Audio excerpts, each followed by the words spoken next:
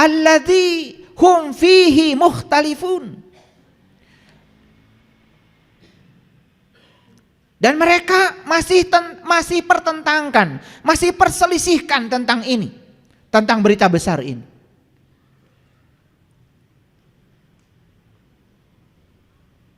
Kalla saya'lamun.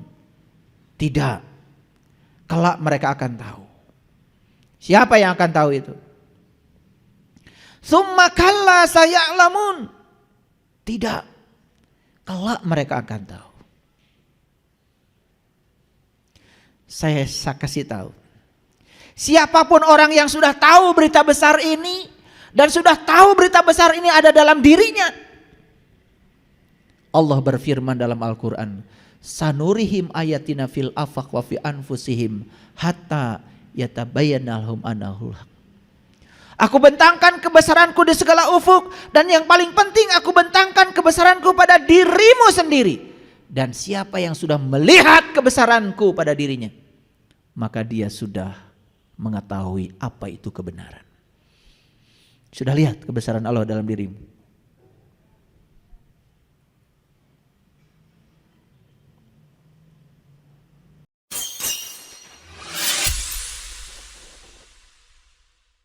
Lihatlah gambar ini. Yang kiri gambar apa itu? Telur. Itu telur dipecahkan dari dalam. Yang sini telur juga, cuma dipecahkan dari luar. Bedanya apa? Pecah dari dalam muncul yang namanya kehidupan. Anak ayam.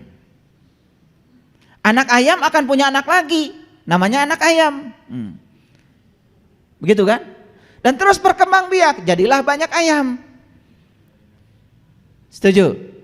Tapi kalau dipecahkan dari luar, tidak jadi anak ayam, jadi telur dadar, telur mata sapi, betul? Ya sudah. Jadi itu aja. Makanya dipecahkan dari dalam timbul kehidupan, dipecahkan dari luar malah justru menimbulkan kematian dan kesengsaraan. Sama orang belajar spiritual, sama orang menjalankan agama. Kalau dia itu menggunakan kekuatan dari luar, dipaksa, disuruh-suruh, tidak akan pernah berkembang. Tapi kalau kesadaran muncul dari dalam, itu luar biasa.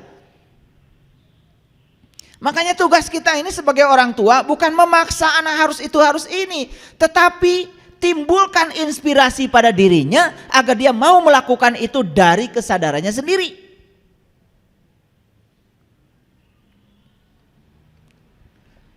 Saya kan tidak mengundang Bapak Ibu untuk hadir di sini, bukan? Ada nggak yang diundang oleh saya? Tidak. Karena saya tidak mau ini digerakkan dari luar oleh saya, tidak. Apalagi saya ngasih iming-iming, siapa yang datang ke kajian saya akan dibebaskan dari segala masalah. Nggak ada. Atau siapa yang datang di kajian saya akan mendapatkan surga yang kenikmatannya tak terbatas. Enggak, saya juga tidak bilang begitu. Dan saya yakin kalian yang datang di sini adalah karena ada gerakan dari dalam dirinya untuk mau ke sini. Akan berbeda hasilnya. Kalau saya iming-imingi dengan pahala, akan berbeda hasilnya kalau saya ancam-ancam dengan neraka. Apalagi kalau saya bikin statement, siapa yang tidak datang kajian saya hari Selasa, maka akan masuk neraka, dibakar di sana. Enggak. Saya cuma menginspirasi saja supaya inspirasi dari saya itu menggerakkan yang di dalam sehingga kita menjadi tahu siapa diri kita. Oh, ternyata saya itu tidak tahu. Dan sekarang saya tahu kalau saya tidak tahu.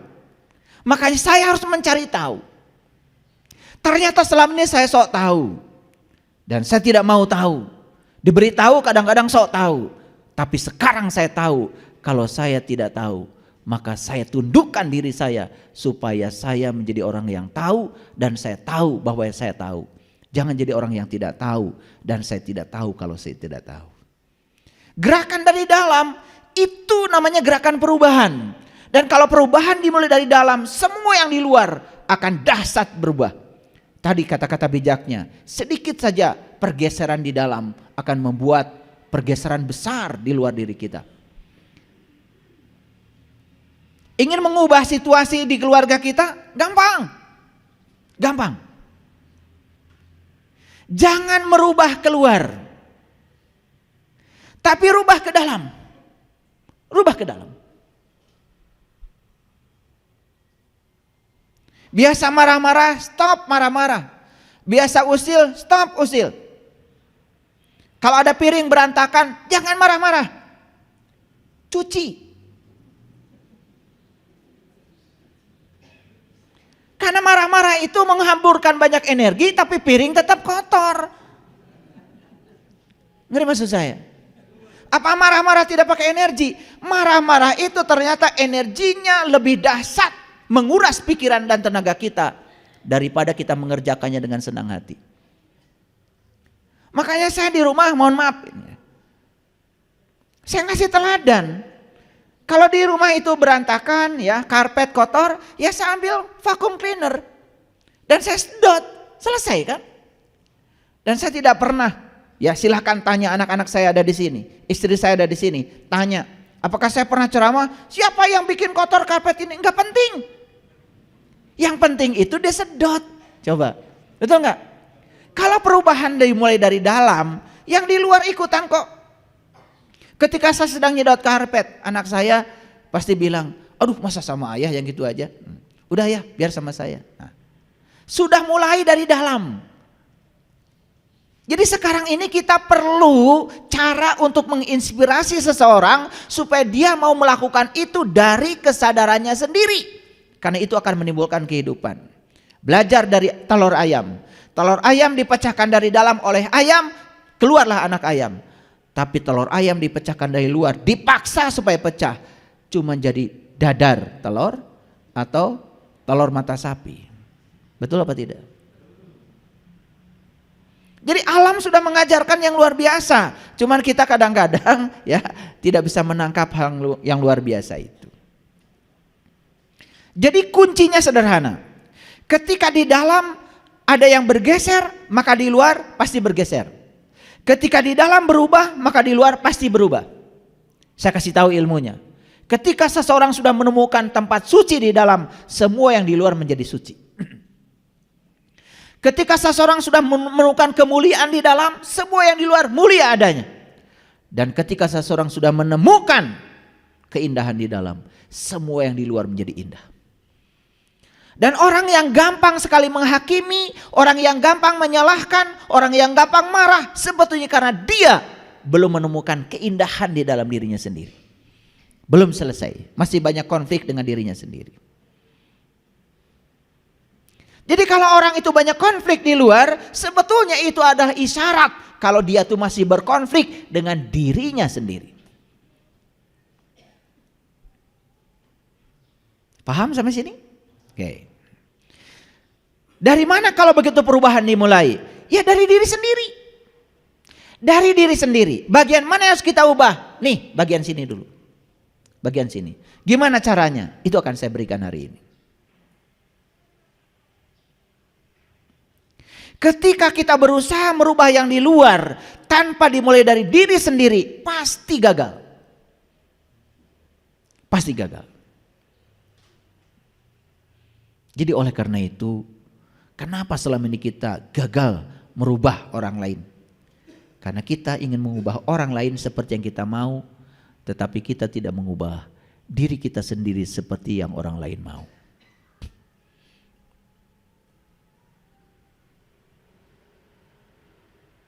Ada salah satu peserta kemarin habis ikut pelatihan sholat khusyuk. Sampai hari ini terus WA sama saya. Mabuk cinta dengan sholatnya. Bahkan azan belum ada aja sudah rindu ingin sholat. Dari mana kerinduan itu? Dari dalam. Karena saya tidak ngancam-ngancam kok. Yang sholat dapat pahala, yang tidak sholat dapat sisa, enggak gitu metode saya. Saya ajarkan saja sama mereka bagaimana caranya supaya sholat itu ada rasa dan nikmat. Itu yang saya ajarkan. Begitu dia merasakan sholat itu nikmat, kebutuhan dari dirinya sendiri muncul tanpa syarat. Bahkan Puncak tertingginya apa? Dia sudah di level love, di level cinta. Kenapa Anda sholat? Saya cinta, saya rindu kepada Allah. Kenapa Anda rindu kepada Allah? Tidak mungkin kita bisa rindu tanpa pertemuan. Omong kosong. Dalilnya jelas di tanah Nusantara ini. Witing tresno jalaran soko kulino. Dalilnya begitu. Betul? Timbulnya tresno, cinta, jalaran soko kulino. Saking sering ketemu maka cinta. Jadi para nabi, para rasul itu cintanya itu karena saking seringnya mereka-mereka itu bertemu. Maka di Quran surat An-Najm dikatakan walaqad ra'ahu nazlatan ukhra, dan bertemu dengannya itu bisa kapan saja. Bisa kapan saja. Dan Allah itu kapan saja bisa. Bahkan dia itu tidak pernah tidur, tidak pernah kantuk, terjaga. Pintu gapuranya selalu terbuka. Tahu pintu gapura? Pintu gapura apa? Gerbang. Itu ngasal aja kalau ngejawab. Karena setiap Agustusan banyak gapura gitu. Betul? Gapura dari gafur. Gafur itu artinya ampunan. Jadi pintu gapura itu artinya pintu ampunan. Gerbang katanya. Itu. Karena kita itu kalau menangkap pemahaman persis seperti orang menangkap pemahaman. Pintu gapura apa? Gerbang. Salah? Tidak salah. Cuman kurang tepat. Karena kita ngikutin kebanyakan orang. Betul nggak? Coba penasaran sedih. Dari kata apa sih gapura? Gapura, gafur. Oh, gafur kan salah satu nama Allah dalam Asmaul Husna. Cari dalam kamus. Oh, gafur itu artinya adalah ampunan. Pintu gapura, pintu ampunan. Makanya pintu gapuranya Allah selalu terbuka. Kapanpun. Terserah kita. Mau datang pada dia kapanpun, dia selalu siap. Beda dengan saya.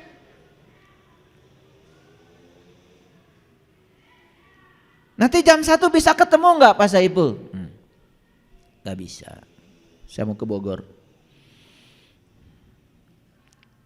Di Bogor jam 3? Nggak bisa. Saya nanti mau makan sama anak saya.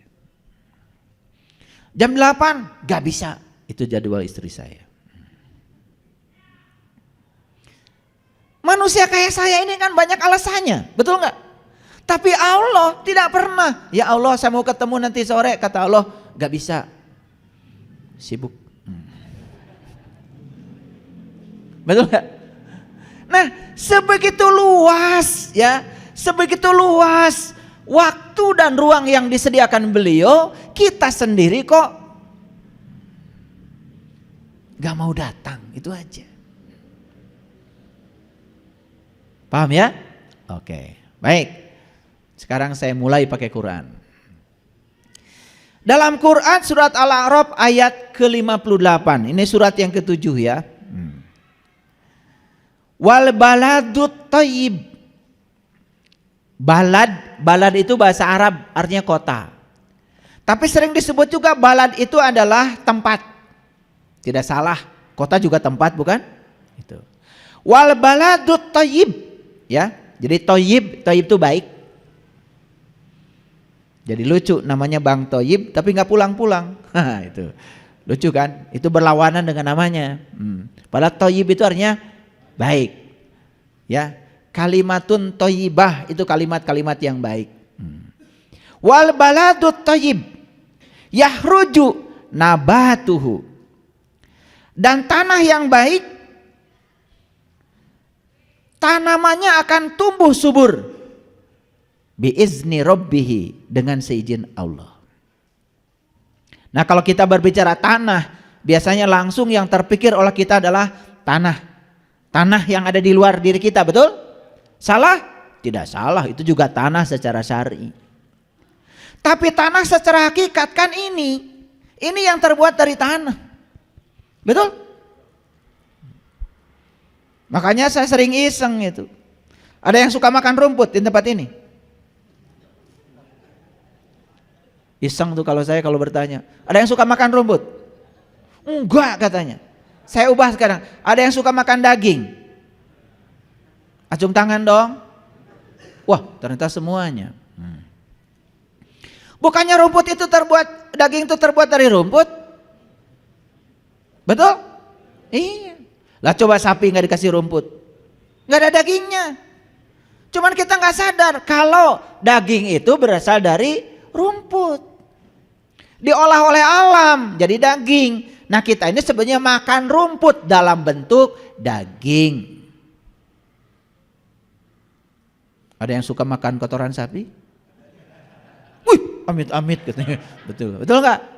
Padahal itu wortel, bawang merah, betul? Cabai rawit, kentang, kan semua itu dari kotoran binatang. Betul apa tidak? Harusnya kalau orang yang cerdas dan sadar, saya makan kotoran sapi tiap hari dalam bentuk kentang, cabai merah. Betul nggak? Kan itulah alam. Nah karena kita melupakan asal muasalnya sehingga kita lupa, terjebak oleh bentuk.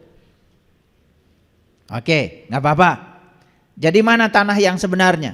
Ini tanah. Ini tanah. Di tanah yang baik, tanamannya tumbuh subur dengan seizin Allah. Di tanah yang baik, apapun biji di sini akan tumbuh dengan baik. Biji kesabaran, biji kebijaksanaan, biji kehalusan, biji kelembutan, biji welas asih, semua kita tuh punya di sini. Cuman kenapa biji-biji itu tidak tumbuh subur? Karena apa? Karena tanah ini gersang. Makanya ayat yang selanjutnya walladzi khabusa la yahruju illa nakida. Dan di tanah yang gersang tanamannya tumbuh merana. Maaf ya. Pernah nggak lihat orang baik, murah hati, penuh cinta kasih, melihat kesuburan nggak pada diri dia? Ya, kalau ada masalah tidak dibesar-besarkan, kalau bicara selalu meringankan. Maaf ya, saya belum bisa bayar utang, nggak usah dipikirkan, nggak usah. Tenang, duit saya masih banyak. Tapi ada juga yang, maaf ya, saya belum bisa bayar. Kenapa? Kamu itu kalau janji, wah. Ada orang gitu. Terasa nggak gersangnya ketemu dia? Aduh. Maaf ya, ini wajah-wajah. Maaf, habis kelihatan. Kesinggungan, baperan, gampang nyolot. Kenapa sih? Kenapa? Kan daripada marah lebih bagus memaafkan.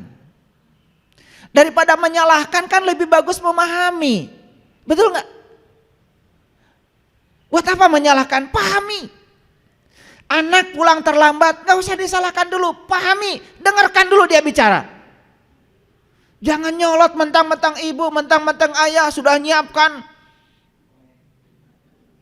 rotan. Dengarkan. Dengarkan dia hanya ingin didengar oleh kita. Siapa tahu dia ketemu dulu dengan temannya. Siapa tahu dia harus ada kepentingan pribadinya. Kenapa sih? Tapi otak kita itu sudah menyatakan salah dan harus dihukum. Makanya salah benar itu adanya di sini.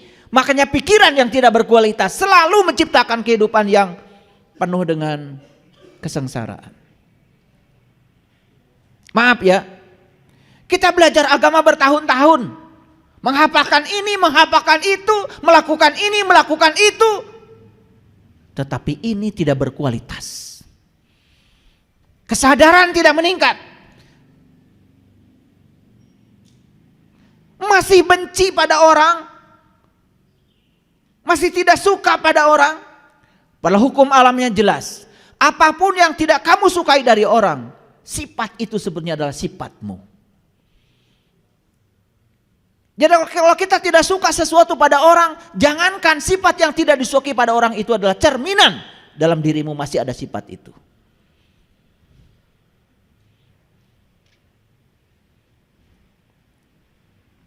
Dan tanah yang baik, tanamannya tumbuh subur dengan seizin Allah.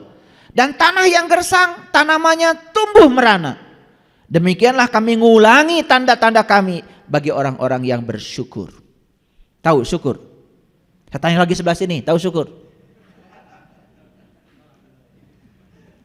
Ayo jawab, jangan takut. Lain syakartum la yazidannakum walain kafartum inna adzabil lasyadid. Jadi syukur itu kebalikan daripada kufur. Kalau kufur itu bahasa Arab artinya tertutup, syukur itu artinya terbuka.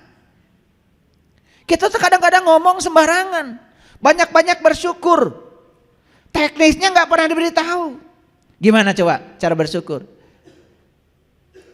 Kufur itu artinya tertutup, berarti menolak.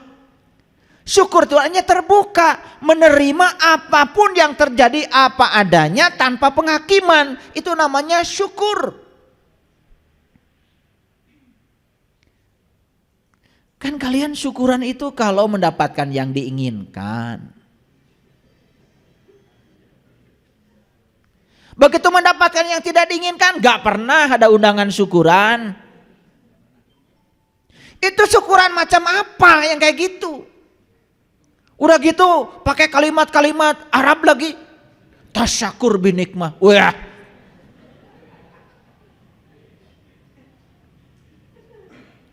Yang dapat nikmat itu cuma 4.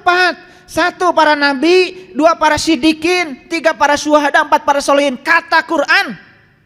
Surat An-Nisa ayat 69. Apa sih yang diajarkan para nabi, para rasul, para sunan, para wali, para bijak, para suci, para siddiqin, para syuhada dan para sholihin? Yang diajarkan oleh mereka itu adalah syukur dalam konteks menerima apapun yang terjadi apa adanya tanpa penghakiman. Itu syukur. Pakai kata-kata nikmat lagi.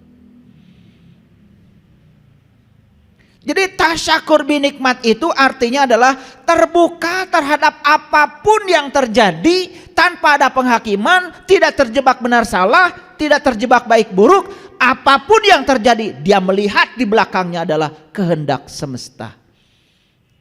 Makanya tidak pernah protes. Kata-katanya bijak, ya Allah. Apapun yang terjadi dalam hidupku, ajarkan ya Allah, pesan apa yang hendak kau sampaikan kepadaku. Gitu enggak hidup? Enggak. Aduh Gusti, kieu teuy. Giliran mendapatkan yang diinginkan langsung hajatan. Judulnya tasyakur binikmah.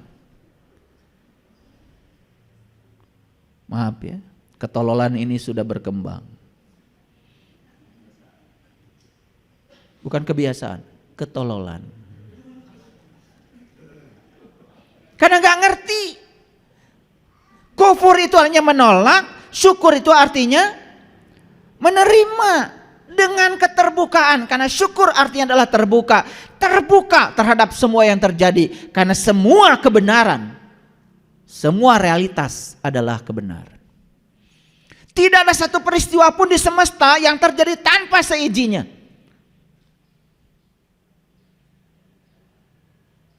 Kadang-kadang saya suka nanya yang sederhana. Itu orang jelek ini perilakunya ini saya nunjuknya, maaf ke sana ya. Maaf ya, maaf. Maaf. Nggak tahu telunjuk saya ke sini. Orang yang jelek ini kan kita sering sebut dia itu karena tergoda oleh setan. Betul nggak? Dan orang baik ini, nah masih ke sini juga. Supaya nggak sana nggak GR. Orang yang baik ini katanya dia itu karena mengikuti Allah. Betul nggak? Dan selama ini setan dan Allah itu seakan-akan dua entitas yang berbeda yang dibenturkan oleh kita sendiri. Begitu kan? Pertanyaannya, apakah Allah menciptakan makhluk yang bernama setan untuk menyaingi dirinya sendiri? Begitu? Kalau begitu saya tanya, banyakan mana orang baik dengan orang yang jahat? Banyakan mana? Kenapa sih kalian ragu-ragu? Kan kalian anggota komunitasnya. Ragu-ragu. Banyakan mana? Jadi kalau yang jahat lebih banyak daripada yang baik, artinya kekuasaan setan lebih keren daripada kekuasaan Allah. Di mana menyatakan Allah Maha Kuasa? Mikir dong. Karena selama ini nggak pernah mikir. Ya, begitu ada orang ngomong begitu setuju terus, ya. Itu karena tidak kritis, tidak kreatif, tidak komunikatif, tidak kolaboratif, tidak mau belajar. Akhirnya kita ini masih selingkuh, menganggap ini dari Allah, ini bukan. Jadi seakan-akan di semesta ini ada ruang yang dikuasai oleh yang selainnya dia, dan dia lebih berkuasa daripada Allah. Bukankah itu namanya syirik? Kalau ngomong soal tauhid itu kayak yang paling murni aja. Betul nggak? Tetapi sikap hidupnya masih seperti itu, masih mendua. Betul nggak? Yang Anda sebut baik itu dari Allah, yang Anda sebut buruk dari setan, berarti Anda sedang membuat satu ruang di semesta ini yang dikuasai oleh yang selainnya Allah. Bukankah itu selingkuh? Makanya dirangkum dengan kalimat La ilaha illallah, La ilaha illallah. Yang mana ya bukan aku? Yang mana ya bukan Allah? Baik dan buruk itu dari pikiranmu, kata Allah. Semua yang terjadi, terjadilah. Karena aku ingin memberikan pesan kepada kalian di balik semua peristiwa ini. Tugas kita itu bukan menilai benar salah, bukan menilai baik buruk, tapi tangkap pesan apa yang hendak Allah sampaikan kepada kita.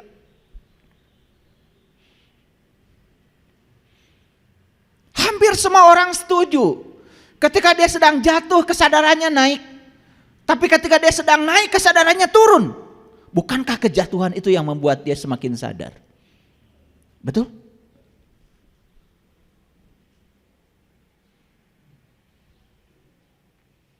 Di kelas spiritual yang belajar sama saya, jarang orang yang datang kepada saya sedang berada di puncak kejayaan dunianya. Sudah duitnya habis, usahanya bangkrut, baru nyari saya. Saya nasibnya.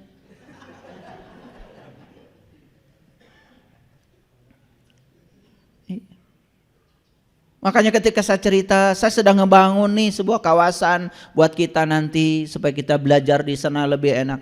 Duh ayah, coba dulu ya. Ketika saya masih banyak uang, saya bisa bantu ayah. Belum tentu, saya bilang. Itu kan halusinasi pikiranmu saja, betul nggak? Kenyataannya sekarang semuanya sudah tidak ada. Dan yang tidak ada itu yang telah mengantarkan kamu menjadi sadar dan ketemu saya. Betul nggak? Dan kalau kamu masih ada, nggak ketemu saya, enak aja. Paham maksud saya? Harus hilang dulu miliaran, udah nete semplek nincak semplak teh gening ya, kata orang Sunda. Betul nggak? Itu salah, ini salah. Ya udah, baru kan itu. Tapi nggak apa-apa. Itu semua tidak buruk, tapi itu semua yang telah mengantarkan kita kepada sebuah kesadaran baru. Betul apa tidak? Oke. Baik ya. Jadi di tanah yang baik tumbuhlah tanaman yang subur. Di tanah yang gersang semuanya merana. Saya tuh suka sedih gitu kalau lihat kalian itu. Merana. Duit banyak, merana. Apalagi gak punya duit. Betul gak? Iya. Sehat, merana. Apalagi kalau sakit. Punya mobil merana, apalagi kalau tidak. Kenapa? Karena ada masalah di sini.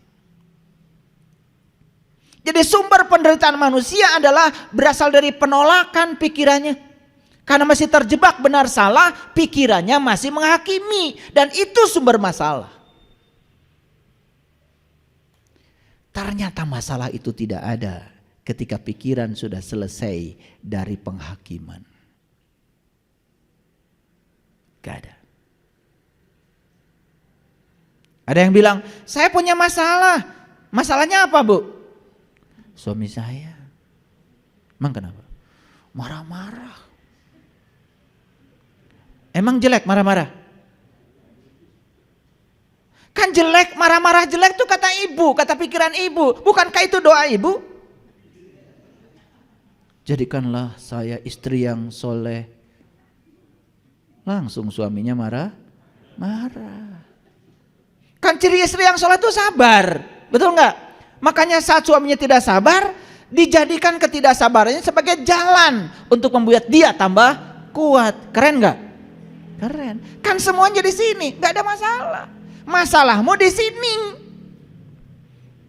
Paham? Oke. Pelan-pelan ngajinya. Nah, kita lihat Quran surat An-Naba. Surat An-Naba, tahu An-Naba artinya apa? Kalian tuh sering baca Quran tapi tiap ditanya nggak jelas. An-Naba itu apa artinya? An-Naba itu artinya berita besar. Jadi An-Naba itu artinya berita besar. Makanya An-Naba itu cerita tentang berita besar, bukan berita kecil. Berita penting. Apa sih berita penting dalam Quran surat An-Naba? Saya baca dulu yang ayat ke-15-nya. Linuh rijabihi habba wa nabata. Supaya kami tumbuhkan dengan air itu biji-bijian dan tumbuh-tumbuhan. Lihat saya semuanya. Air itu ada dua. Ada air yang jasmani, itu dibutuhkan untuk kehidupan jasmani. Dan jasmani itu semuanya perlu air secara jasmani. Tidak bisa dibantah. Karena syarat untuk hidup harus ada air. Kenapa bumi ini disebut tempat yang layak hidup? Karena bumi ini isinya 75% air. Tubuh kita pun 75% darah. Air sebetulnya. Makanya ketika kurang minum, maka tubuh ini akan kehilangan keseimbangannya. Makanya hati-hati ya, kalau mau makan minum air. Jangan setelah makan baru minum. Jadi minum yang benar itu sebelum makan. Ketika makanan masuk ke dalam tubuh dilarutkan oleh air, memudahkan proses kerja lambung kita sehingga makanan kita gampang diserap oleh tubuh. Ini makan dulu baru kalau keselak minum air. Airnya tinggal di atas. Akibatnya apa? Makanan tidak sempat dilarutkan. Makanya penyakit orang yang semacam ini pasti dapat dipastikan. Apa? Ketika buang air harus ngeden. Akibatnya apa? Ambeien. Jadi ambeien itu bukan penyakit ciptaan Allah. Allah tidak pernah menciptakan model kayak gitu. Itu dari pola hidupmu yang kurang bagus. Urutan minum saja salah. Jadi jangan bicara dulu ma'rifatullah lah. Minum aja perbaiki.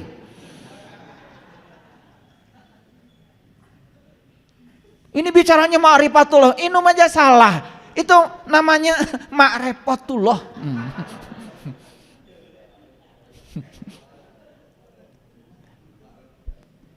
Ya, perbaiki dulu yang kecil-kecil dulu yang kayak gitu-gitu. Kenali tubuh kita. Maunya apa sih tubuh ini? Makanya kalau mau mandi, minum. Karena kalau kita mandi pakai air dingin, suhu di luar dengan suhu di dalam itu tidak sama, maka akan terjadi perbedaan suhu yang ekstrim. Akibatnya apa? Jantung ini bisa kram. Makanya kalau mau mandi, minum. Udah tahu ilmu ini? Saya nggak ngerti kalian tuh hidupnya kemana aja. Makanya banyak yang meninggal di kamar mandi dituduh dia itu katanya jatuh kepleset. Bukan. Satu, waktu mau mandi nggak minum dulu. Yang kedua urutan mandinya salah. Mandi air dingin ya dari kepala dulu, ya salah. Ketika kepala dingin darah akan naik ke atas. Karena darah itu pinter. Begitu di bagian atas dingin, maka dia akan terus berduyun-duyun menghangatkan yang dingin. Dengan cara darah naik lebih banyak daripada yang biasanya. Sedangkan orang sudah tua, pembuluh darah di otak itu sudah mengecil akibat pola makan yang tidak bagus. Terlalu banyak makan garam, gula, goreng, gurih. 4G rumusnya. Pembuluh darah menyempit sementara darah yang naik ke atas berduyun-duyun. Pecah pembuluh darah. Ketika pembuluh darah di otak pecah, hilang kesadaran. Jatuh itu adalah episode kedua setelah pecah. Itu yang menyebabkan orang meninggal di kamar mandi. Makanya kalau mau mandi itu doa dulu, sapa dulu airnya. Terima kasih air, kamu keren. Terima kasih hari ini kamu masih datang mengunjungi aku. Suka begitu? Boro-boro. Setelah itu kemudian disapa, air itu disapa. Ya, Bismillahirrahmanirrahim. Niat ingsun adus banyu suci. Suci dening banyu, suci dening Allah, suci badan rohani jasmani, jasmani roh idopi Allahu Akbar. Niat ingsun adus banyu suci, suci dening Allah, suci badanku kabeh, mulia tan kenaning lara, mulia tan kenaning tua. Kun fayakun birahmatika ya arhamar rahimin. Niat ingsun adus banyu esuk mas gendega mas lulut. Niat ingsun adus banyu sekar staman siniramirah den lerupi inten sarining retna kumala dadaku biar cahyaku Muhammadiyat ya ingsun sejatining manusia. Ana sukma mangan cahya, ana cahya mangan sukma, sarining bumi sarining buana ya Allah kang meleksa jege. Leluhur kita di Nusantara itu ngajarin mandi aja selengkap itu.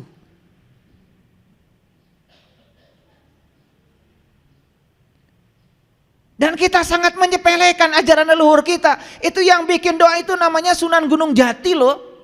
Pembawa ajaran Islam di tanah Jawa Barat. Wah, itu doa apaan? Jangjawokan. Sudah merendahkan leluhur kita sendiri. Padahal itu bahasa Nusantara. Setelah itu kemudian ambil air 1 gayung. Basahi dulu bagian bawah. Naik ke atas, naik ke atas. Kalau sudah sini stop, jangan dibasahi dulu. Sikat gigi dulu. Beri kesempatan darah turun ke bawah. Darah turun ke bawah. Setelah darah ke bawah, itu terasa darah turun ke bawah. Kan lumayan sambil sikat gigi kita darah sudah turun ke bawah, baru naik ke atas ke sini baru kepala terakhir. Gitu mandi? Gitu enggak? Kalian tuh mandi salah, duduk pun salah, makan urutannya salah, ketawa juga salah, dengar pengajian salah. Makanya jangan heran kalau tiap hari itu salah terus. Salah proyeksi, salah interpretasi. Ya sudah. Produk salah kan hasilnya salah. Ngaku-ngaku sebagai orang yang paling benar, tambah salah. Saya itu kalau ngajak komunitas saya camping gitu, saya perhatikan cara tidurnya. Iya. Tidur model kayak gitu. Aduh, hidupnya kayak apa? Gak jelas. Merengkel.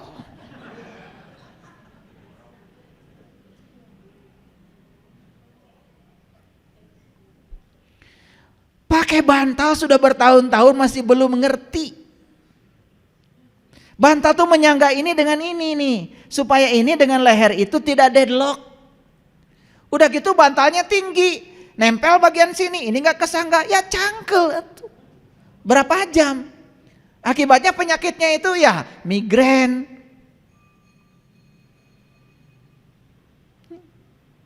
Wajah-wajah migrain.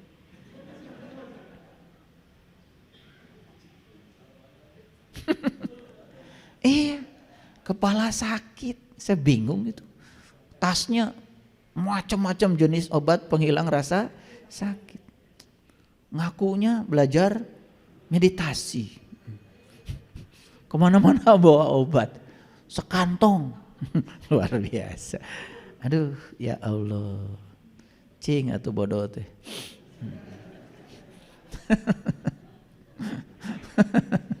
Ya, nggak apa-apa ya, mentertawakan diri sendiri ya. Yuk, kita buka sekarang Quran surat An-Naba. An-Naba itu apa tadi? Berita besar. Saya tidak akan jelaskan berita besarnya sampai tuntas, tapi semoga bisa nangkap maksud saya sedikit aja. Yuk. Ammas yatasaalun. Tentang apakah mereka saling bertanya? Tentang apa sih saling bertanya?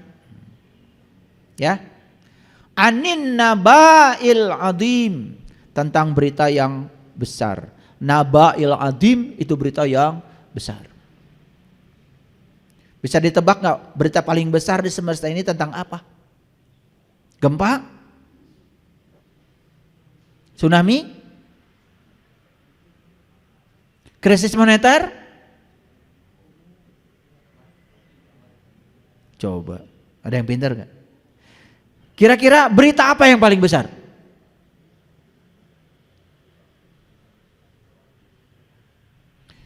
Bingung kalian tuh ya? Ya, berita yang paling besar adalah berita tentang Dia yang maha besar, itu aja. Pusing. Apa sih yang lebih besar dari Dia? Apa sih yang lebih besar dari Allah? Gak ada yang lebih besar dari Dia, dan tidak ada yang menyaingi Dia. Kalau berita paling besar, tentu saja berita tentang Dia. Itu aja. Ini saya udah buka rahasia sedikit. Bukan tentang itu, tentang ini, bukan. Berita paling besar adalah berita tentang Dia yang maha besar. Itu saja. Sudah tahu berita itu?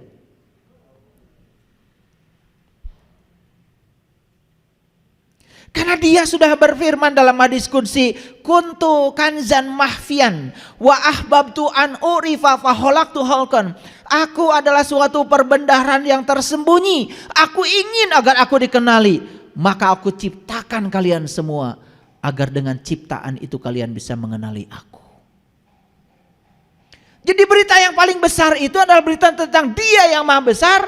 Apa beritanya? Karena Dia itu menciptakan alam semesta ini cuma satu tujuan, hanya ingin dikenal. Wa ahbabtu an urifa, aku rindu untuk dikenal. Dia maha pencipta, maka mewujudkan dirinya sebagai pencipta. Dalam ciptaannya tersimpan kebesarannya. Tidak mungkin seorang pelukis mengatakan, saya seorang pelukis, keheula. Mana lukisan Anda? Baru akan bikin, aduh, kakara rek nyieun bilang pelukis. Nggak bisa. Disebut pelukis kalau dia memang sudah melukis. Disebut dia itu adalah seniman kalau dia memang sudah menghasilkan produk seni. Kalau dia belum menghasilkan produk itu, berarti dia tidak sedang mengenalkan dirinya. Dia sang maha pencipta, tidak sekedar saya yang menciptakan, tidak. Dia mengenalkan dirinya dengan semua ciptaannya. Dia yang maha agung, dia mengenalkan diri dengan segala keagungannya. Dia yang maha welas maha asih, dia mengenalkan diri dengan welas asihnya. Itulah Allah, semuanya nyata. Jadi kalau ada orang mengatakan Allah itu gaib, karena dia belum bisa melihat saja. Gaib bagi yang tidak tahu. Allah itu bukan maha gaib, Allah itu maha nyata. Kemanapun kalian memalingkan wajah, kata Allah, kalian akan selalu mendapati wajahku. Lanjut dulu.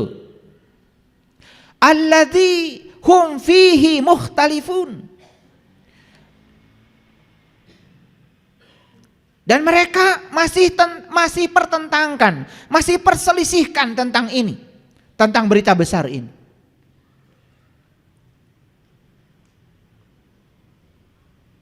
Kalla saya'lamun.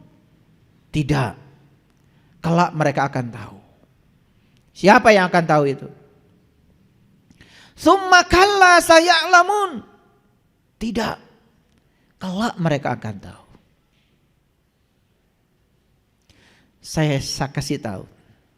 Siapapun orang yang sudah tahu berita besar ini dan sudah tahu berita besar ini ada dalam dirinya, Allah berfirman dalam Al-Quran, sanurihim ayatina fil afaq wa fi anfusihim hatta yatabayyana lahum annahul haq. Aku bentangkan kebesaranku di segala ufuk, dan yang paling penting aku bentangkan kebesaranku pada dirimu sendiri. Dan siapa yang sudah melihat kebesaranku pada dirinya, maka dia sudah mengetahui apa itu kebenaran. Sudah lihat kebesaran Allah dalam dirimu?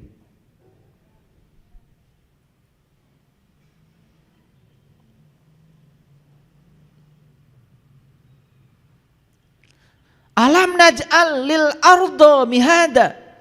Bukankah kami telah menjadikan bumi itu sebagai hamparan? Wal jibala autada, dan gunung-gunung sebagai pasak. Kalau kita berbicara bumi, pasti langsung tertuju pikiran kita ke bumi. Kalau berbicara gunung, selalu pikiran kita tertuju kepada gunung, Gunung Galunggung, Gunung Merapi. Subhanallah. Kata gunung di Quran itu kata yang sangat spesial. Ketika Nabi Musa minta melihat Tuhan, ya Tuhanku, nampakkanlah diri Engkau kepadaku agar aku dapat melihatmu. Itu di Quran surat Al-A'raf ayat 143. Apa kata Tuhan? Kamu tidak akan sanggup melihatku Musa. Tapi lihatlah ke gunung ini. Disuruh melihat gunung malah. Ketika gunung itu masih berada di tempatnya, niscaya kamu dapat melihatku.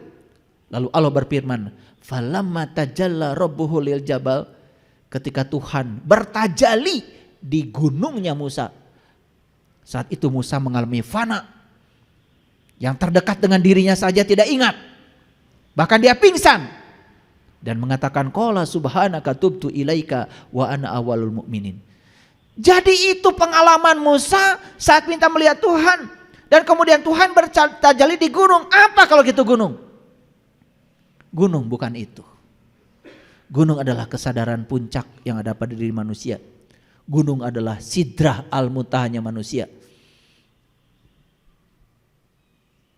Itu berita besar. Ini berita besar.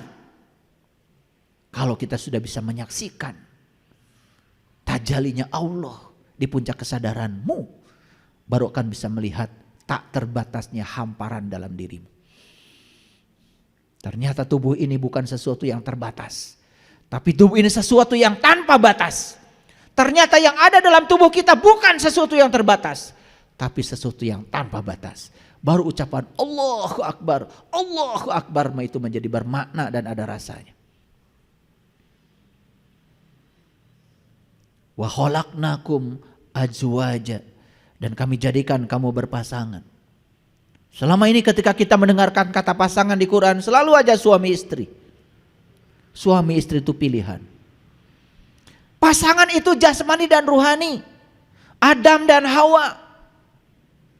Karena kita itu datang ke dunia sudah berpasangan, ada jasmaninya, ada ruhaninya. Ini pasangan sudah sempurna. Separuh jiwaku ada padamu.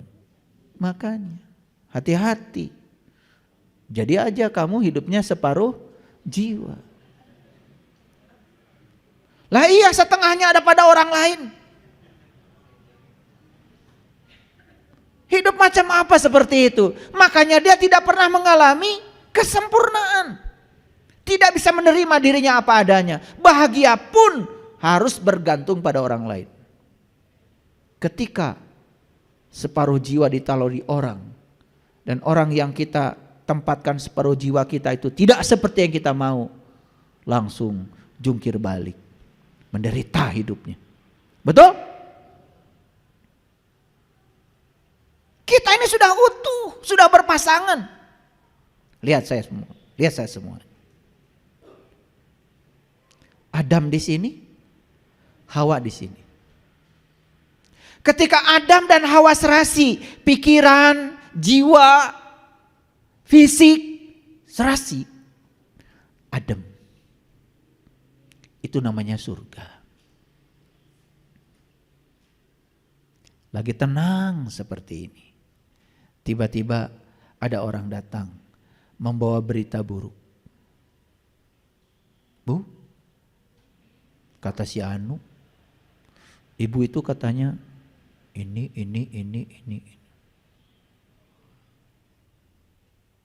Tuh yang datang tuh namanya buah holdi.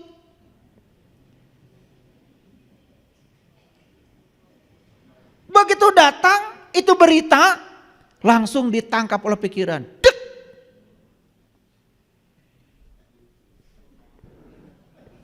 Wah, mulai. Betul.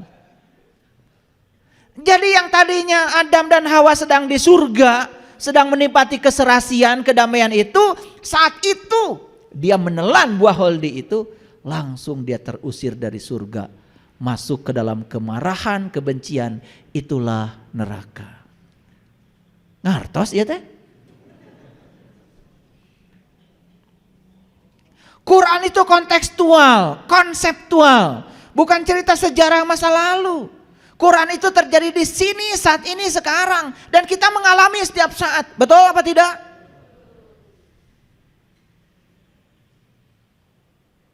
Sering di mana kalian tuh? Di surga apa di neraka?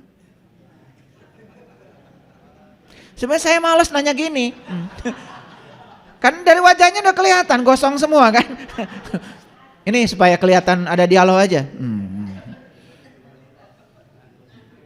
Formalitas. Biar kelihatan ada dialog. Sebenarnya malas saya nanya.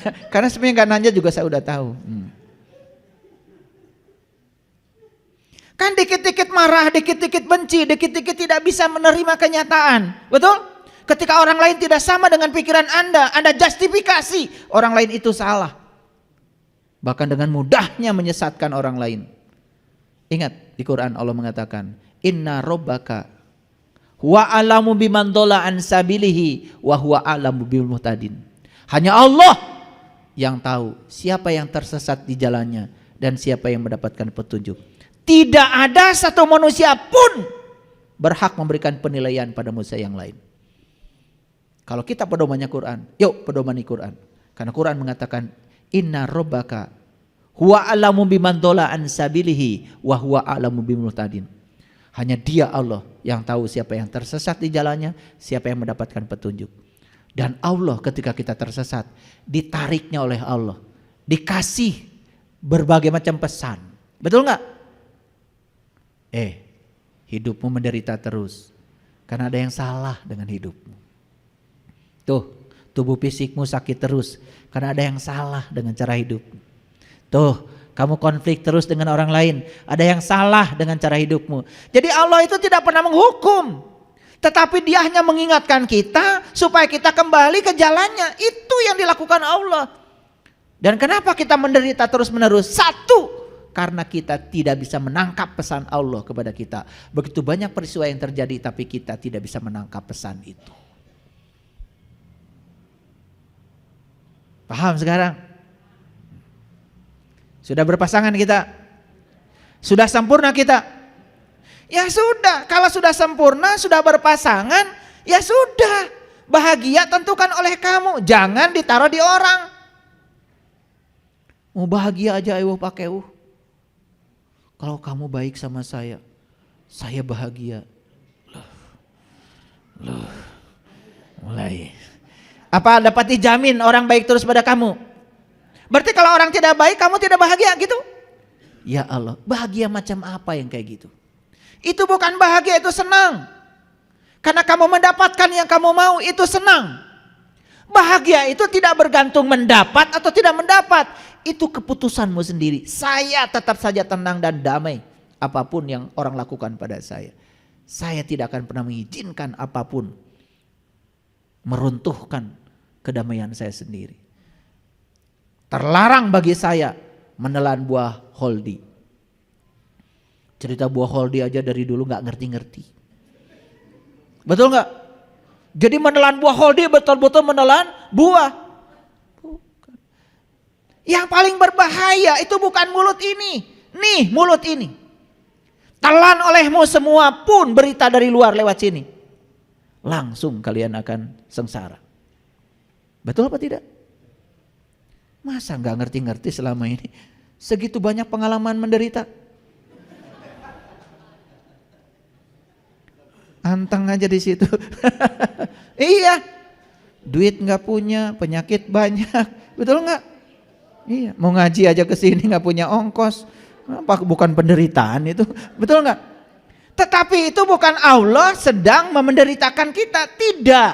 Allah hanya mengingatkan kita, ada yang salah dengan cara berpikirmu, ada yang salah dengan cara hidupmu, segera perbaiki. Jadi cara Allah berkomunikasi dengan kita ya seperti itu. Paham sampai sini? Oke, lanjut dulu. Wa ja'alna naumakum subhata.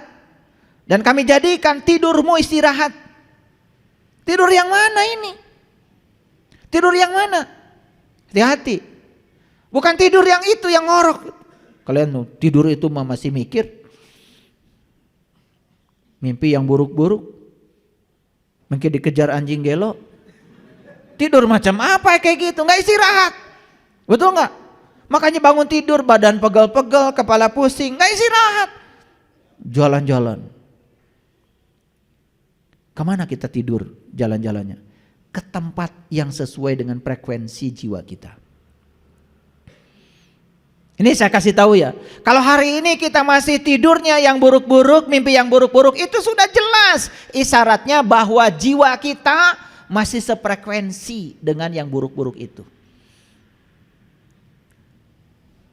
Saya kan sudah tahajud, saya sudah duha, saya sudah baca Quran tiap hari, gak peduli. Itu artinya aktivitas yang kita lakukan itu tidak membuat kita tambah suci. Berarti ada yang harus diperbaiki. Gampang kok. Nanti saya bikin episode khusus deh tentang tidur. Banyak yang gak ngerti tidur itu apa. Jadi kemana kita saat tidur? Kita akan memasuki alam yang sefrekuensi dengan kualitas dari jiwa kita. Gak mungkin orang yang kebenciannya luar biasa, suka membicarakan keburukan orang, tiba-tiba besok cerita, tadi malam saya ketemu Nabi Muhammad. Gak mungkin. Beda frekuensi. Gak mungkin orang-orang kotor kayak gitu bisa ketemu dengan orang suci. Gak mungkin. Jadi kalau ngomong tuh yang benar aja lah. Ya. Tidur yang mana istirahat? Nih, tidur yang istirahat itu persis seperti tidurnya Ashabul Kahfi di gua. Itu yang tidurnya 300 tahun dan ditambah 9 tahun. Itu bahasa simbolik. Gak akan saya buka itu rahasianya. Enak aja. Saya belasan tahun cari tidur kayak gitu. Keliling dunia saya. Betul gak? Wah, udah belajar semua tradisi meditasi. Ya, enak aja. Miliaran saya keluar duit. Ini gratis lagi. Gak boleh ya ilmu itu gratis. Karena kalau mendapatkan sesuatu dengan cara gratis, membuangnya gampang. Makanya di zaman Rasul ilmu itu ada maharnya. Itu bukan jual beli ilmu loh, ya. Karena apa? Mahar itu bukan membeli ilmu. Ilmu yang tinggi tidak bisa dibeli, apalagi ilmu tentang ketuhanan. Tetapi kalau kita mengeluarkan uang, hanya melepaskan kemelekatan kita pada uang supaya kita ihram. Supaya jahitan-jahitan kita pada yang selain Tuhan dilepaskan dulu. Itu maksudnya, ya. Cerdas sedikit. Bagaimana kita bisa istirahat? Harus tidur. Tidur yang mana? Nah, tidur ini yang harus kalian cari ilmunya. Dan tidur ini tidak usah berjam-jam. Hanya beberapa detik saja. Makanya di Quran surat Al-Ma'arij dikatakan, 1 hari di alam cahaya sama dengan 50.000 tahun di alam dunia. Beberapa detik saja kita berada di alam itu luar biasa. Kemarin di kelas online Saya membuka kemarin kelas online yang hadir hampir 95 orang. Ada dari Hong Kong, ada dari Jerman yang ikut kelas saya. Saya cerita tentang rahasia pikiran dan rahasia nafas. Dan saya singgung sedikit tentang itu. Pada nangis. Baru saya ajak meditasi sebentar saja. Masuk melampaui yang berwujud, memasuki yang tak berwujud. Masuk ke kesadaran murni. Nangis semuanya. Ya. Tidur itu yang harus kita miliki, ya. Wa ja'alnal laila libasa, dan jadikan malam sebagai pakaian. Apa sih malam itu? Kenapa malam harus jadikan pakaian? Apa artinya malam? Malam itu identik dengan kegelapan. Dan jangan lupa loh, kegelapan itu abadi. Saya tanya sekarang, ada gelap gak di ruangan ini sekarang? Ada.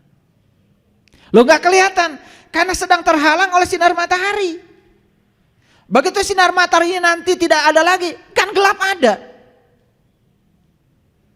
Alam semesta ini sebetulnya diliputi oleh kegelapan. Bahkan matahari pun tinggal dalam kegelapan. Kenapa disebut pakaian? Pakaian itu sesuatu yang menutupi. Ini bukan cerita gelap yang itu, bukan. Cari ilmunya. Ini berita besar loh. Ya. Dan ini tidak akan mengerti kalau tidak mengalami sendiri. Wa ja'alnan nahara ma'asya, dan kami jadikan siang untuk penghidupan. Siang yang dimaksud bukan siang ini. Siang itu identik dengan terang. Artinya apa? Kalau ingin hidup benar, hiduplah dalam terang. Terang apa? Terang jiwamu. Maka di Quran surat Ar-Rahman dikatakan Rabbul Masyriqain wa Rabbul Maghribain. Ada dua matahari yang harus kau kenal. Satu matahari jasmani, itu siang yang sekarang. Tapi satu lagi, matahari ruhani. Matahari ruhani itu tidak bergantung pada siang malamnya semesta ini. Orang yang sudah menemukan matahari ruhani, mau siang mau malam tetap saja bagi dia siang. Cari ilmunya. Gak saya bagi. Ini saya bagi clue-cluenya aja. Enak aja. Ini kisi-kisinya aja. Ini kalau mau ujian, masa ujian dikasih tahu soalnya. Saya paling kali ngasih tahu kisi-kisi aja. Ini kisi-kisi aja, kisi-kisi. Wa banaina fawqakum sab'an shidada, dan kami bina di atas kamu 7 buah yang kokoh. Loh kok 7 bukan 8? Kok ini sama dengan tawaf 7? Kok sama dengan sa'i 7? Sama dengan melempar jumroh dengan 7 batu? Kok sama ya dengan 7 ayat Al-Fatihah 7 juga? Cari. Gak saya kasih tahu. Dan leluhur kita udah ngasih isyarat. Shiratal Mustaqim itu ternyata rambut dibelah 7, bukan dibelah 8. Hebatnya leluhur kita. Berarti leluhur kita ilmunya sudah sampai. Di ayat lain Allah mengatakan, ya, tentang yang 7 ini banyak sekali. Aku sudah menunjukkan 7 jalan kepadamu. Itu dalam Quran surat Al-Mu'minun. Dan di ayat ini Allah mengatakan wa banaina fawqakum sab'an shidada, dan kami bina di atas kamu 7 buah yang amat kokoh. Cari itu. Itu jalannya.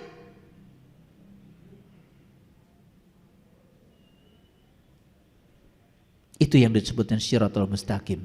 Tahu Shiratal Mustaqim? Shiratal ladzina an'amta alaihim, jalannya orang yang mendapat nikmat. Jadi kalau kita ingin dapat nikmat yang sebenarnya, Allah sudah ngasih jalan di sini. Wa banaina fawqakum sab'an shidada. Keren banget ya. Ketika kalian sudah bisa menapaki perjalanan ke dalam diri, apa yang terjadi? Waja'alna sirajau wahaja, dan kami jadikan pelita yang amat terang. Kalau sudah ketemu pelitanya. Allahu nurus samawati wal ardh, masalu nurihi kamishkatin fiha misbah, al misbahu fi jujaja, ajujajatu ka'annaha kaukab. Allah adalah cahaya langit dan bumi. Perumpamaan cahayanya seperti yang bisa kau saksikan dalam mishkat, relung cahaya yang ada dalam dirimu. Di dalamnya ada pelita besar, pelita itu dalam kaca, kaca laksana bintang yang berkilauan seperti mutiara. Itulah yang disebut dengan nur ala nur, cahaya di atas cahaya. Yahdillahu li nurihi may yasha, dan Allah akan menunjukkan pada cahayanya siapa saja yang dikehendakinya. Mau dikehendaki oleh Allah? Mau dikehendaki oleh Allah? Tahu caranya. Punya kehendak. Allah itu hanya menghendaki mereka yang punya kehendak. Karena kudrat dan iradatnya Allah sudah ditiupkan dalam ruhmu, dalam ruhku, yang Allah tiupkan ke dalam diri kita. Jadi saat tubuh ini sudah sempurna, Allah tiupkan ruhku. Saat ruhku ditiupkan, kudrat dan iradatnya Allah dititipkan sebagian kepada kita. Makanya kita boleh berkehendak. Ketika kehendak kita dikehendaki oleh Allah, timbullah pertemuan dua kehendak. Sama seperti sekarang. Saya ada kehendak mengajar, Bapak Ibu ada kehendak belajar. Terjadilah proses belajar, mengajar. Hilang aja salah satu kehendak. Bisa terjadi ini? Gak bisa. Kalau saya gak mau ngajar, gak ada kajian ini hari ini. Betul? Jadi Allah tuh menghendaki bukan semena-mena. Allah menghendaki mereka yang punya kehendak. Apa artinya? Allah ingin semua dimulai dari dirimu sendiri. Kembali lagi pada judul kita. Telur pecah dari dalam jadi kehidupan. Tapi telur pecah dari luar jadi dadar telur. Silahkan. Mau jadi kehidupan atau dadar telur? Pilih. Pecah harus dari dalam. Oke? Oke. Udah mulai ya? Judulnya udah mulai tersambung ya? Oke. Ketika kita sudah bisa menemukan yang 7 kata Quran ini, berita besar ini, maka kamu akan melihat pelita yang amat terang. Waja'alna sirajau wahaja. Kalau sudah ketemu pelita yang terang, maka hidupmu tidak akan gelap gulita lagi. Wa anzalna minal mu'syirati ma'an sajjaja, dan kami turunkan dari awan air yang tercurah. Lihat saya semuanya sekarang. Air tadi ada berapa? 2. Satu air jasmani untuk kehidupan jasmani. Tapi ada satu air lagi yang namanya air ruhani. Itu untuk kehidupan ruhani.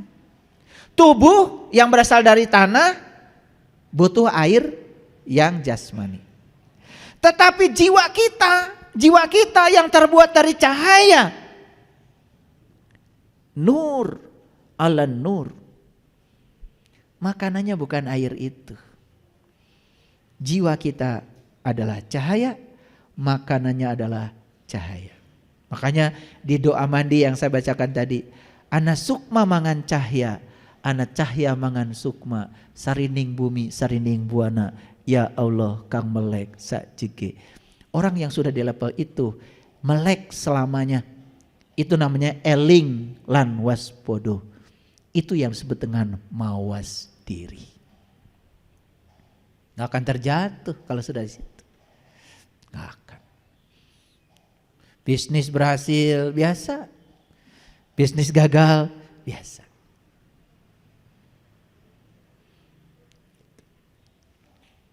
Badan sehat biasa, banyak uang biasa. Gitu. Paham ya? Nah, jadi sudah biasa aja di segala situasi, udah tenang. Itu yang disebut dengan sudah mencapai ketenangan jiwa.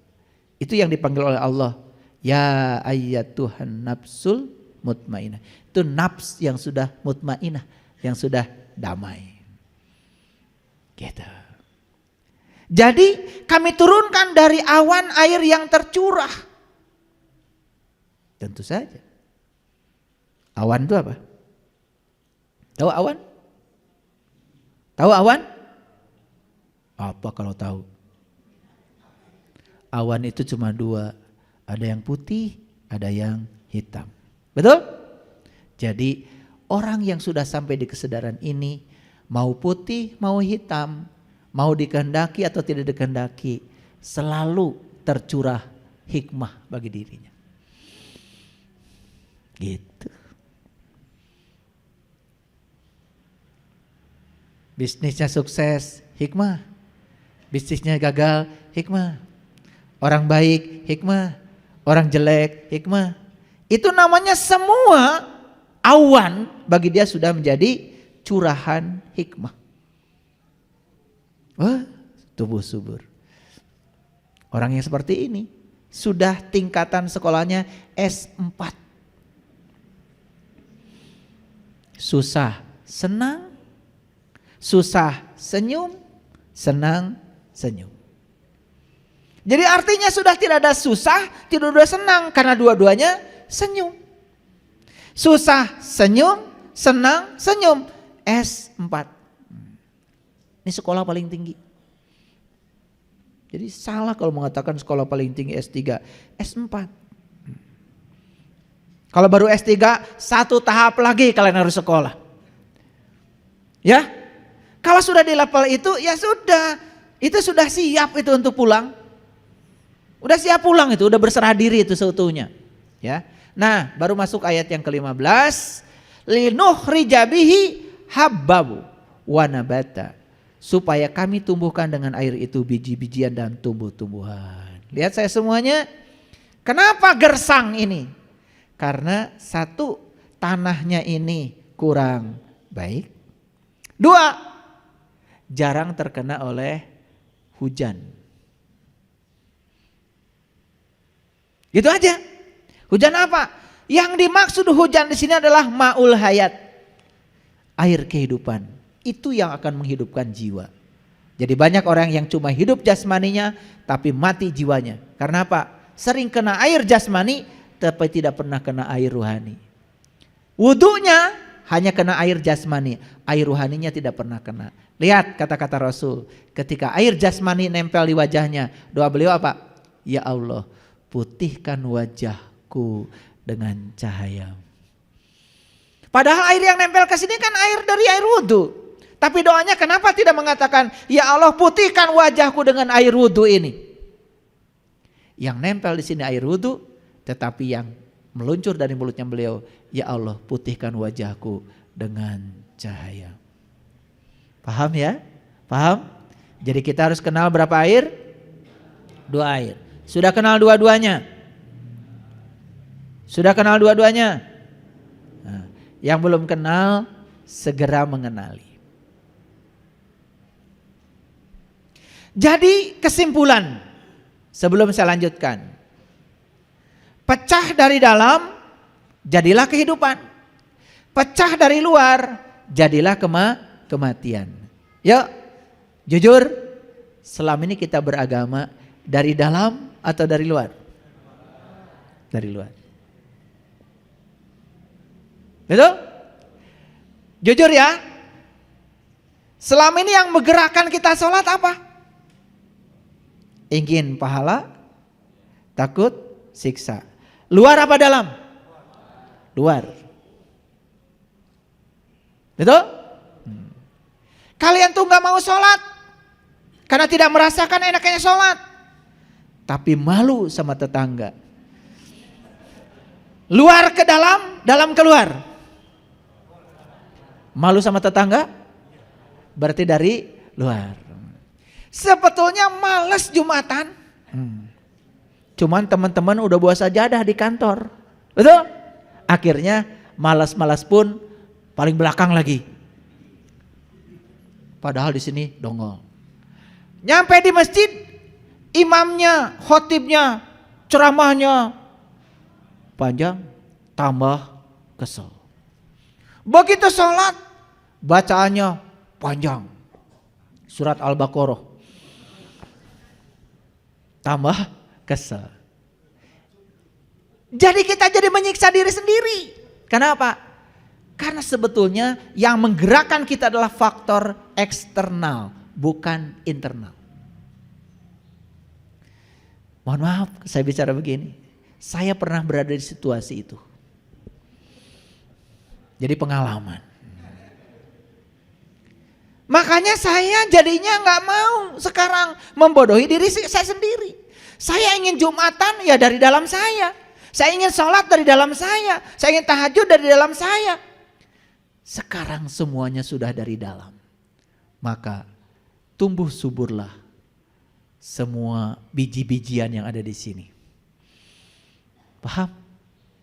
Oke. Jadi biji-bijian kalian sekarang tumbuh subur atau merana? Kenapa? Salah jalan. Harusnya dari dalam keluar, ini dari luar ke dalam. Ngerti ya judul ini? Nah, ini saya kalau bikin judul itu ada maksudnya, ada maksudnya. Makanya kajian-kajian saya judulnya beda. Karena saya tidak mau sama. Ya. Nggak akan di kajian saya meningkatkan iman dan takwa. Nggak ada judul itu. Tetapi dengan saya bahas ini, meningkat gak iman? Meningkat gak takwa? Iya. Jadi kalau ingin meningkatkan iman dan takwa, kira-kira dari luar ke dalam atau dari dalam keluar? Di dalam. Kalau gitu Nabi Muhammad sholatnya mi'raj dulu, sholat dulu. Ketemu dulu, nyembah dulu. Nah, dari dalam keluar atau dari luar ke dalam? Dalam keluar. Kalian? Umatnya siapa? Maaf ya, maaf. Kadang-kadang kita ini ngaku-ngaku umatnya, tetapi kita tidak mengikuti jalannya. Harusnya kita ikutin dong jalannya beliau. Betul nggak? Itu. Makanya kata Nabi kan, sholatlah kalian sebagaimana kau lihat aku sholat.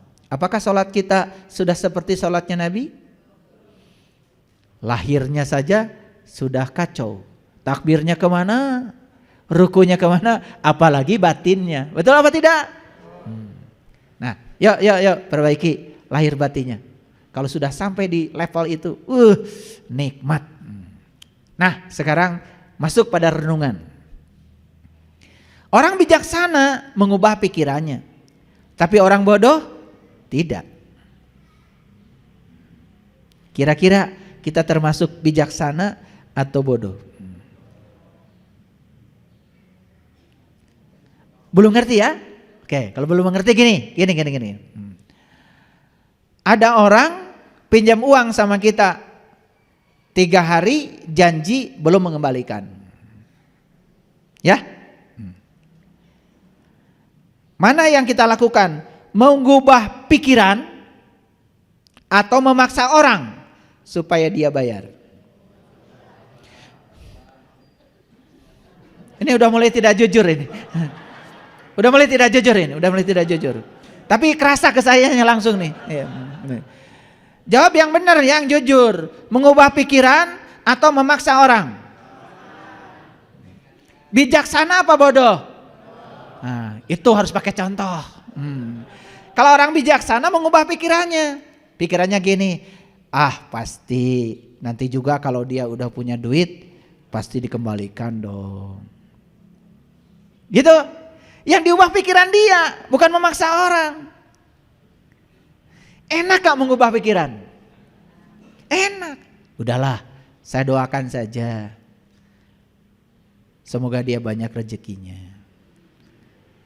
Saldonya nambah, utang sama saya selesai.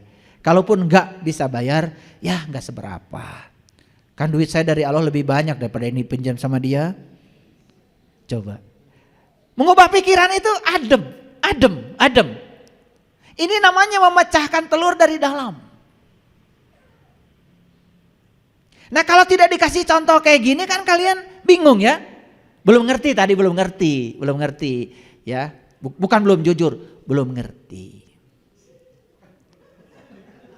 Nah sekarang ditanya lagi.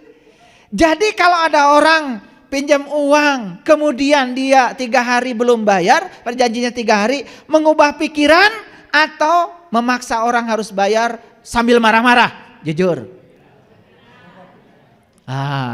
Sudah mulai ya, tambah tidak jujur. Ya setelah ini begitu kan? Setelah ini, kemarin? Wah, sudah keluar kata-kata umpatan, betul? Luar biasa. Saya pernah, ini pengalaman ya. Saya pernah punya utang 40 juta. Kemudian harus bayar 570 juta.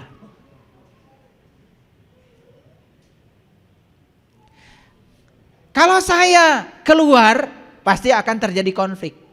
Tapi saya subah pikiran saya. Pikiran saya begini, stop ya utangnya, saya bikin pengakuan utang. Saya bikin pengakuan utang, saya tanda tangan. Stop ya, jangan jalan lagi segini. Doakan saya ya, punya kemampuan membayarnya. Saya ubah pikiran saya. Ini gak main-main nih, Allah ngasih tantangan sama saya. Dan pasti Allah itu ngasih caranya sama saya. Begitu saya bilang, Engkau yang akan ngasih caranya ya Allah. Saya tidak melihat saldo saya hari ini, tapi saya melihat saldo di rekening Allah yang luar biasa tanpa batas. Hanya dalam waktu sekejap saya punya uang sebesar itu. Saya kresekin, saya kasih. Jadi mengubah pikiran itu selalu keren. Kira-kira kalau seperti saya 40 jadi 570 siap?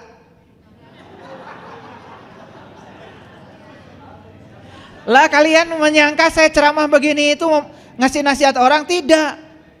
Saya tidak berkepentingan ngasih nasihat sama kalian semua, tapi saya berkepentingan memberikan pengalaman pribadi saya.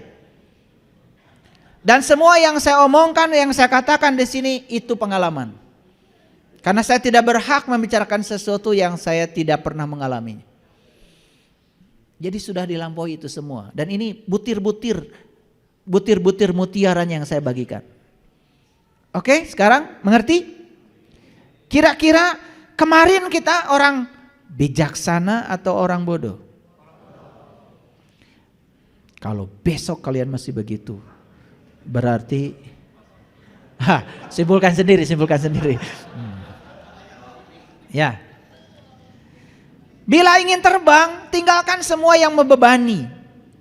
Kenapa kita selama ini merangkak tidak bisa terbang? Terlalu banyak bawaan.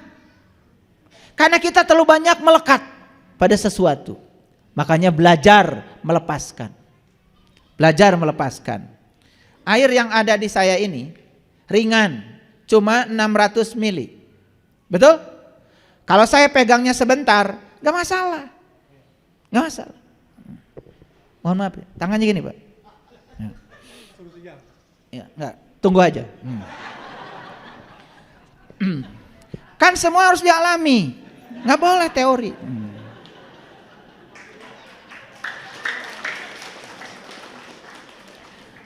Para hadirin, perubahan itu menyakitkan, tapi tidak ada yang lebih menyakitkan daripada bertahan pada tempat yang bukan milik kita. Lihat saya semuanya. Perubahan itu menyakitkan, tetapi tidak ada yang lebih menyakitkan daripada bertahan pada tempat yang bukan milik kita.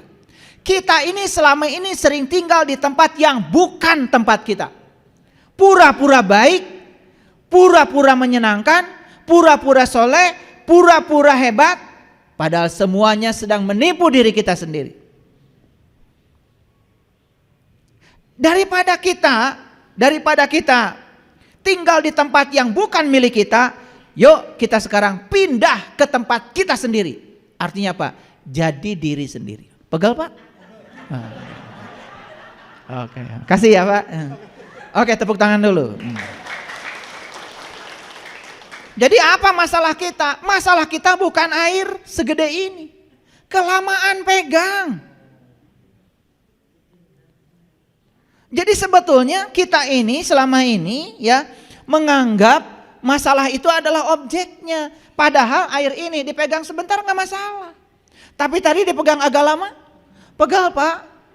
Jadi sebetulnya yang menimbulkan pegal itu berat air ini atau lamanya pegang air? Kelamaan. Jadi sebetulnya yang kalian membuat bermasalah dalam hidup itu kelamaan megangnya. Lah iya, orang yang menyakiti kita, dia aja udah lupa sama kita masih ingat sama dia, kelamaan. Betul apa tidak? Lah iya, kelamaan. Ya wajahnya kayak gini kalau kelamaan, pucat. Nah, kita selama ini tidak tinggal di tempat kita. Selama ini kita tinggal di tempat yang bukan milik kita. Maaf ya, berpura-pura. Sepanjang kita beragama berpura-pura, padahal kita sebenarnya tidak menikmatinya, sepanjang itu tidak akan pernah mengubah kesadaran kita. Maka saya mengajak, yuk mulai beragama seperti yang diajarkan para nabi, para rasul. Mulai dari dalam. Makanya Nabi Muhammad bilang, awwaluddin ma'rifatullah. Awalnya agama adalah mengenal Allah. Mereka yang tidak bisa mengubah cara pikir, tak akan bisa mengubah apapun. Yang tidak bisa mengubah cara berpikirnya, dia tidak bisa mengubah apapun. Tadi sudah saya kasih contoh mengubah cara pikir. Tadi contoh sederhana kan? Contoh sederhana ya.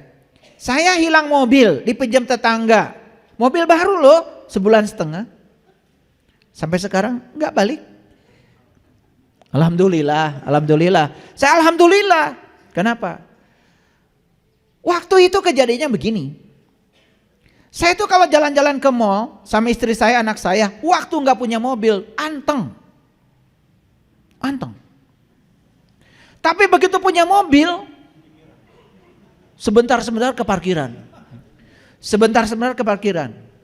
Istri saya bilang, ya setelah punya mobil ayah jadi susah katanya. Alhamdulillah itu mobil saya dipinjam tetangga hilang sampai sekarang. Tetapi kesusahan saya yang itu sudah tidak ada lagi. Jadi saya tahu cara Allah membebaskan kemelekatan saya pada mobil saja. Saya harus kehilangan mobilnya. Jadi untuk perubahan itu mahal. Sekarang saya punya mobil dipakai siapapun, dipakai anak saya, dipakai siapa. Anak saya bilang, ya mobil kejedot. Gak apa-apa, kan dipakai. Jadi pikiran yang diubah semuanya jadi anteng. Betul gak? Ya namanya mobil dipakai. Ya gak apa-apa. Ada asuransi. Tapi waktu pikiran tidak diubah, berat semuanya. Jadi maksud saya, itu sebabnya mereka yang tidak bisa mengubah cara pikir, tak akan bisa mengubah apapun. Lagi-lagi, memecahkan telur dari dalam. Semua hal terasa sulit sebelum menjadi mudah. Betul? Semua hal terasa sulit sebelum menjadi mudah. Kenapa? Sulit itu di awal aja kok. Mengubah cara pandang ini sulit memang di awal. Tapi kalau sudah terbiasa, semuanya menjadi mudah. Bukan menjadi kesulitan lagi. Makanya saya bilang, buat apa marah? Kan lebih bagus memaafkan. Buat apa menyalahkan? Kan lebih bagus memahami. Betul gak? Iya, gitu aja kok. Sesederhana itu. Makanya orang bodoh tidak akan bisa menerima orang pintar karena belum pernah pintar. Tapi orang pintar keterlaluan kalau tidak bisa menerima orang bodoh, kan pernah bodoh. Betul gak? Nah, ciri orang pintar itu bisa menerima orang bodoh apa adanya. Jadi kalau ada orang pintar bilang, bodoh kamu, yang gitu aja, dia gak pintar. Gak pintar. Berarti dia masih bodoh. Mau disebut pintar? Mau? Terima orang bodoh apa adanya. Mau disebut orang sadar? Terima yang tidak sadar apa adanya. Betul gak? Lah kalian itu kan begitu ada orang yang dianggap salah olehmu, dianggap tidak sadar, langsung dimarahin kan? Kalau kalian masih marah sama orang yang tidak sadar, kalian belum sadar. Ciri orang yang sadar, dia bisa menerima orang yang tidak sadar apa adanya. Karena apa? Karena dia pernah tidak sadar. Kasihan loh, orang sadar, orang yang tidak sadar kan belum pernah sadar. Jangan dipaksa. Jadikan perubahan sebagai aturan. Ini penting. Bukan sebagai pengontrol. Yuk lihat saya semuanya. Jadikan perubahan sebagai aturan, bukan pengontrol. Maksudnya apa? Perubahan ini sudah aturan alam. Tidak ada yang tetap di alam ini. Kalau perubahan itu sudah menjadi aturan, ikut saja aturan alam. Makanya kita harus punya kemampuan beradaptasi dengan perubahan daripada perubahan mengontrol kita. Nah, banyak orang yang masih dikontrol oleh perubahan, sehingga apa? Dia tidak siap untuk berubah. Karena apa? Dia menganggap perubahan itu sebagai musuh. Akibatnya dikontrol oleh perubahan. Sekarang yuk kita yakini kalau perubahan itu adalah aturan. Banyak yang mengatakan bahwa waktu mengubah banyak hal. Tetapi sebenarnya kita harus mengubahnya sendiri. Jadi jangan menunggu sesuatu dirubah oleh waktu. Lebih bagus diubah oleh diri kita sendiri. Hanya diri kita yang bisa mengubah hidup kita. Tidak ada orang lain yang bisa melakukannya untuk kita. Mau berubah? Hanya diri kita yang punya kemampuan berubah. Orang lain tidak bisa melakukannya untuk kita. Pada saat tertentu kita memiliki dua pilihan. Untuk melangkah ke depan menuju pertumbuhan atau mundur ke belakang menuju kenyamanan. Pilih mana? Pilih mana? Nah, kalau kita memilih pertumbuhan berarti melangkah ke depan. Kalau kita memilih kenyamanan berarti melangkah mundur ke belakang. Dan orang yang memilih kenyamanan tidak punya pengalaman baru. Hidupnya tidak variatif. Gitu-gitu aja. Ya, kayak patung. Makanya patung haram. Nah, yang haram itu bukan patungnya. Sifat kita yang tidak mau berubah. Itu. Patung yang dibikin oleh ahli seni tidak berbahaya. Yang berbahaya itu adalah sifat kita yang tidak mau berubah. Itu yang haram.